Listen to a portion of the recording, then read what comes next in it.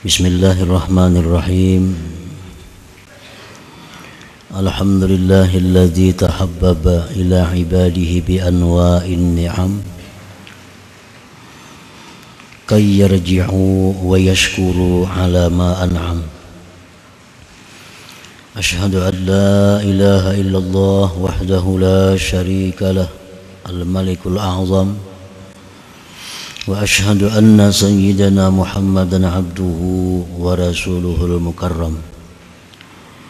Allahumma salli wa sallim ala sayyidina wa maulana Muhammadin al-mu'azzam wa ala alihi wa sahbihi wa dhurriyyatihi wa atba'ihi ila yaumin nadam. Amma ba'du. Yang kita hormati dan kita cintai para habaib dan para alim ulama, guru-guru agama, para muhibbin, hadirin hadirat rahimakumullah. Puji dan syukur kita haturkan kehadirat Allah yang mana pada malam ini kembali Allah kumpulkan kita bersama-sama di majlis yang penuh berkah dan rahmat ini. Salawat dan salam kita haturkan kepada junjungan kita Nabi besar Muhammad sallallahu alaihi wasallam dan kepada seluruh keluarga, para sahabat, zuriat dan pengikut beliau. Para muhibbin rahimakumullah, al-hikmatul haliyatu wasittun minal hikamil ataiyah. Qala al-imam Ahmad ibnu Athaillah as-Sakandari rahimahullah wa nafa'ana bi'ulumi.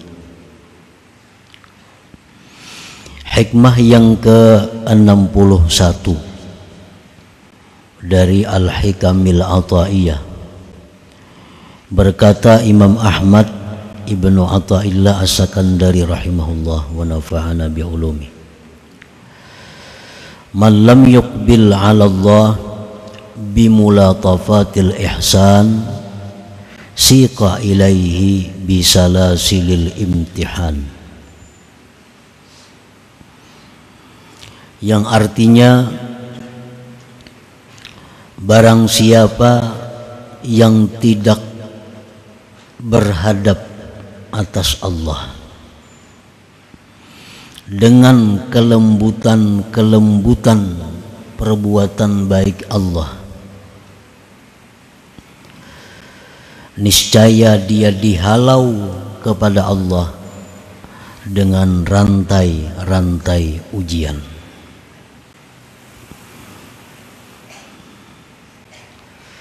Itulah terjemah daripada hikmah yang ke-61 ini. Sunnatullah istid'a'ul ibad li ta'atihi wa khidmatihi bi sa'atil arzaq wa dawamil mu'afah liyarji'u ila Allah bi ni'matihi. Fa illam yaf'alu ibtalahum bi anwa'il mihani wad dharra la'allahum yarji'un. Muraduhu ta'ala ruju'ul ibad ilai kilal fariqain yuradu bihima al khairu was sa'adah.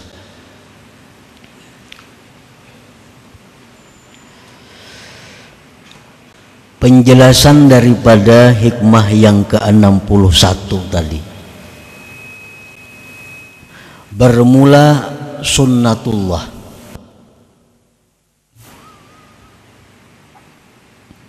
mengajak hamba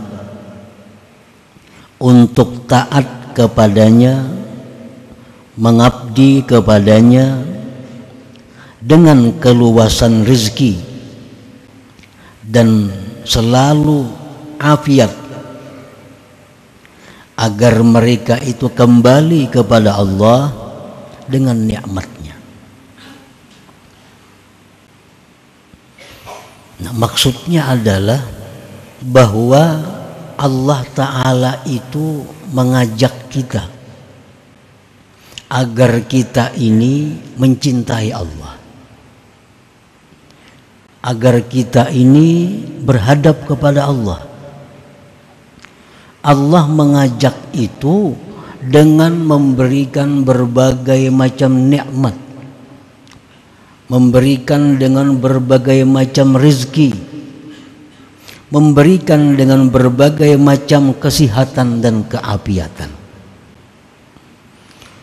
Jadi nikmat-nikmat yang kita terima dari Allah itu sebenarnya adalah ajakan dari Allah agar kita ini cinta kepadanya, agar kita ini kembali kepadanya, agar kita ini khidmat kepada Allah.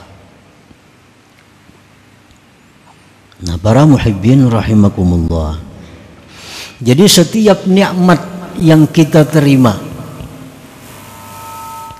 setiap nikmat yang kita terima, nikmat itu berkata kepada kita. Andai kata kita ini punya hati yang bersih, kita mendengar apa kata-kata nikmat itu begitu jatuh ke tangan kita. Nah, nikmat itu berkata kepada kita, ujar nikmat, hai orang yang mendapatkanku, ingatlah engkau kepada Allah, kembalilah engkau kepada Allah, cintailah Allah, karena dialah yang mencipta dan menyampaikan nikmat ini kepada engkau. Nah, setiap nikmat berkata demikian. Tetapi karena kita ini punya hati yang tebal, hati kita yang masih gelap, maka kita tidak mendengar bisikan nikmat itu kepada kita. Sehingga begitu kita dapat nikmat, kita lupa kepada Allah. Kita dapat nikmat, kita merasa itu adalah kemampuan kita mendapatkannya. Itu karena mata hati kita, karena hati kita masih gelap. Nah, para muhibbin rahimakumullah, jadi Allah subhanahu wa ta'ala itu setiap memberikan nikmat itu artinya adalah ajakan agar kita cinta kepada Allah, agar kita mensyukuri nikmat itu, agar kita berkhidmat kepada Allah yang memberikannya.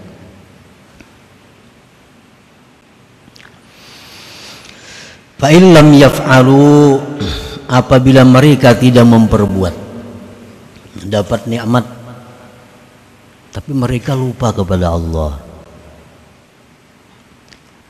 bahkan mereka gunakan nikmat itu untuk berpuya-puya, mereka gunakan nikmat untuk meluluskan hawa nafsu syahwatnya, mereka tidak menggunakan nikmat untuk menambah khidmat kepada Allah. Nah, bila demikian, ibtalahum bi anwa'il mihan wad darra, Allah berikan dia bala dengan macam-macam kesusahan, kesengsaraan, la'allahum yarji'un, agar mereka itu sadar kembali kepada Allah. Muraduhu ta'ala ruju'ul ibad ilaih, tujuan Allah itu hanya satu, adalah agar hamba ini kembali kepada Allah. Nah, jadi Allah berikan nikmat tujuannya agar kita kembali kepada Allah. Allah berikan kita kesengsaraan agar kita kembali kepada Allah. Kedua-dua kelompok tadi adalah orang-orang yang dikehendaki Allah kebaikan dan keberuntungan. Ini si Fulan. Nah, Fulan ini diberi Allah nikmat luar biasa, nikmat luasnya, rezeki melimpah ruah, siang malam datangan rezeki, lawang bakunci dikatuk kurang daripada luasnya rezeki ini diberikan Allah. Tetapi orang ini kadang menjadikan nikmat itu sebagai alat untuk ingat kepada Allah. Nah, karena Allah sayang orang ini, Allah tarik nikmat itu. Allah tarik nikmat sehingga dia sengsara, sehingga dia menderita. Nah, dengan itu dia sadar, dia akhirnya kembali kepada Allah. Nah, jadi ada dua golongan manusia. Ada golongan manusia yang tanpa dipaksa dia sadar, dapat nikmat ingat kepada Allah, dapat nikmat dia tambah taatnya kepada Allah. Ini orang yang sadar. Ada orang yang tidak sadar, tetapi Allah menghendaki baik, orang ini ditarik Allah nikmatnya, disengsarakan oleh Allah agar dia selalu ingat kepada Allah Subhanahu wa ta'ala. Nah, para muhibbin rahimakumullah, ada orang waktu sihat kuat lupa kepada Allah, sembahyang kada, atau kadang-kadang sembahyang halal haram kada tahu halal haram, yang penting diambilnya waktunya sihat. Nah, begitu orang ini sakit stroke umpamanya, nah, kada kau lagi sudah stroke nih tuh, di kursi roda berjalan lagi. Lalu orang ini jadi selalu ingat kepada Allah. Begitu dia stroke, orang ini selalu ingat lawan Allah, zikir pekerjaannya. Dulu kada tahu zikir, sudah stroke ini zikir, salawat, ingat kepada Allah. Nah, Imam Ghazali mengatakan orang yang seperti ini jangan berubat baik garing. Baik garing. Imam Ghazali dalam Ihya Ulumuddin mengatakan bahwa orang yang seperti ini kada usah ke dokter, biar di kursi roda aja, karena dia banyak ingat kepada Allah. Ketimbang dia sihat, kelakuannya lupa kepada Allah, melanggar hukum-hukum Allah Subhanahu wa ta'ala.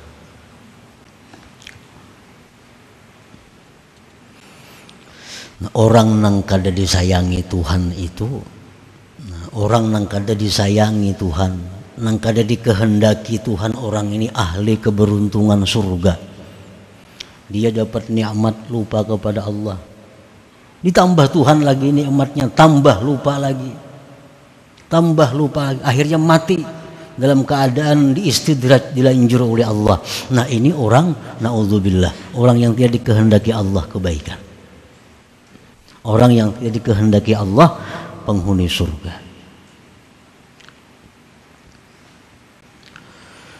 Qaumun basatallahu alaihimun ni'am wa sarafa anhumul balaya wan niqam wa razaqahumus sihhata wal afiyah wa amaddahum bil amwal wal afiyah fasyakaru wa tashawwaku ila ma'rifatil mun'im biha fakanatin ni'am matiyatan lahum ala sayri ila Allah ta'ala.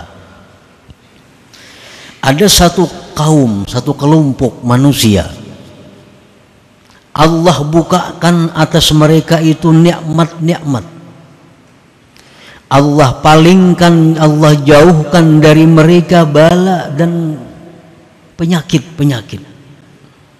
Allah berikan mereka kesehatan, Allah limpahkan mereka harta, mereka bersyukur, mereka rindu kepada mengenali yang memberi nikmat, maka jadilah nikmat itu tunggangan mereka untuk berjalan kepada Allah Subhanahu wa ta'ala.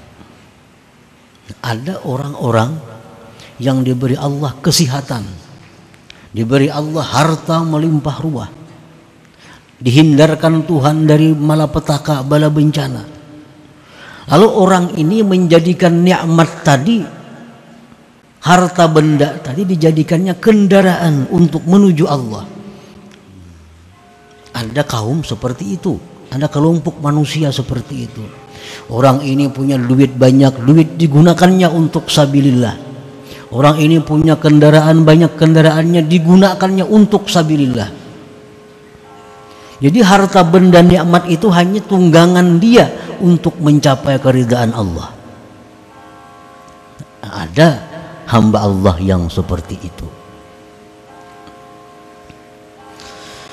wa qaumun amaddahum bin ni'am wa basata lahum fil mal wal afiyah wa sarafa anhumun niqam fashagalahum dhalik an-nuhuda wal iqbala 'ala Allah fasalaba dhalika minhum wa daraba bihim bil balaya wal mihan fatayaqqadha wa aqbala 'ala Allah. Ada pula satu kelompok manusia yang diberi Allah nikmat, diluaskan harta bendanya, disihatkan, dijauhkan penyakit bala bencana, maka yang demikian itu membuat dia sibuk daripada taat. Yang demikian itu membuat dia lupa kepada Allah. Allah cabut daripada mereka itu nikmat-nikmatnya tadi. Allah datangkan bala bencana kepadanya, maka akhirnya dia jaga, akhirnya dia sadar dan berhadap kepada Allah, berkhidmat kepada Allah Subhanahu wa ta'ala. Ada juga kelompok manusia nangka itu yang sudah diajar Tuhan hanya sadar, sudah diajar Tuhan, tangan kalau kau bergerak lagi sebelah, mata kada melihat lagi sebelah, batis kada kau lagi balangkah sebelah, sebelah diambil Tuhan, hanya sadar oh bahwa aku ini keliru, lalu dia bangkit, dia beribadah kepada Allah. Nah, ada juga kelompok manusia seperti itu. Dan yang pertama, yang kedua ini adalah orang-orang yang beruntung, orang-orang yang disayang Allah, orang-orang yang dikehendaki Allah al-khair was sa'adah, kebaikan dan keberuntungan. Mana hakunnya antara dua itu? Mana hakunnya? Ada orang yang dipukuli dahulu berbiru-biru, hanyar mengaku. Ada orang yang diberi makani, dinyamani, mengaku nyaman nang itu, apa yang berbiru-biru itu.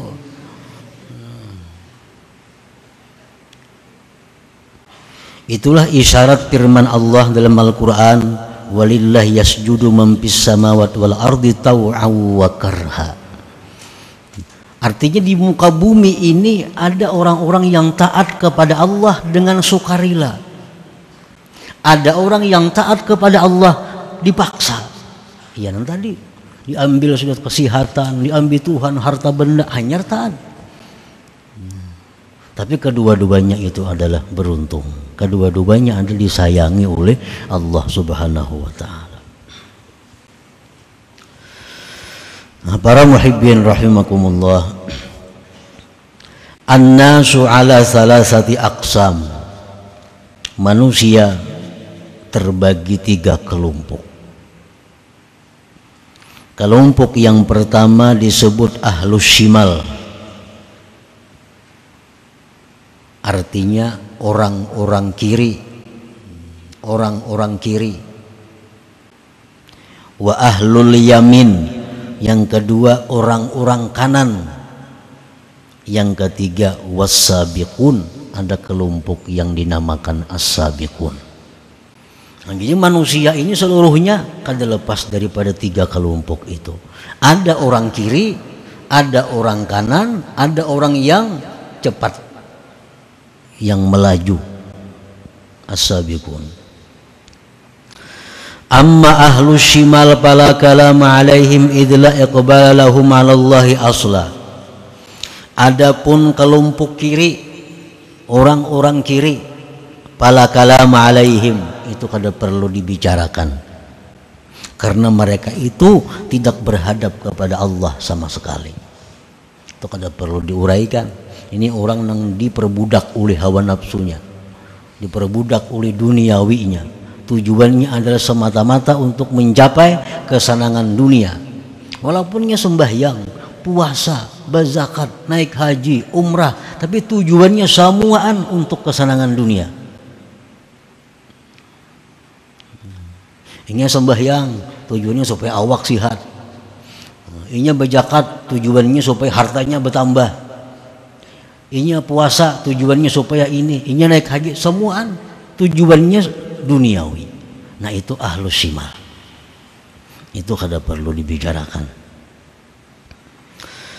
Wa amma ahlul yamin, adapun orang-orang ahlul yamin, falahum iqbalun 'ala Allah lakin la khususiyyata lahum li'annahum iktafau bi zahiri syari'ah wa lam yaltafitu ila suluki tariqatin wala haqiqah.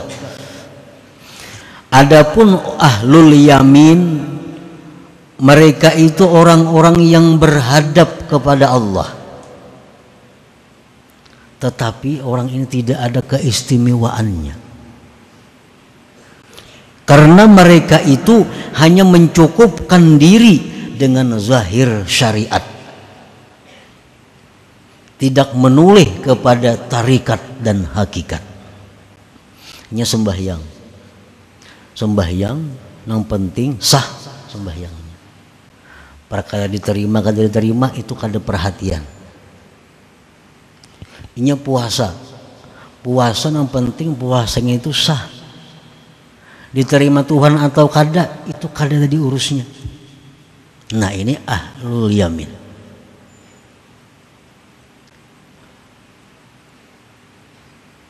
Ini kada menggali sembahyang itu kayak apa cara supaya murni bersih. Ini kada menggali apa hakikat dari sembahyang itu. Kan sembahyang itu ada tariqah, sembahyang itu ada caranya agar sembahyang ini menjadi sembahyang yang sampai kepada Allah. Sembahyang itu ada hakikatnya, yang bila mana kita mengetahui hakikat sembahyang, kita akan menjadi orang yang dekat dengan Allah. Nah, hakikat sembahyang, Nabi paling rajin sembahyang, sahabat rajin-rajin sembahyang. Nah, mereka itu sembahyang adalah mengetahui hakikatnya. Salah satu hakikat sembahyang itu adalah tanha anil fahsya wal munkar.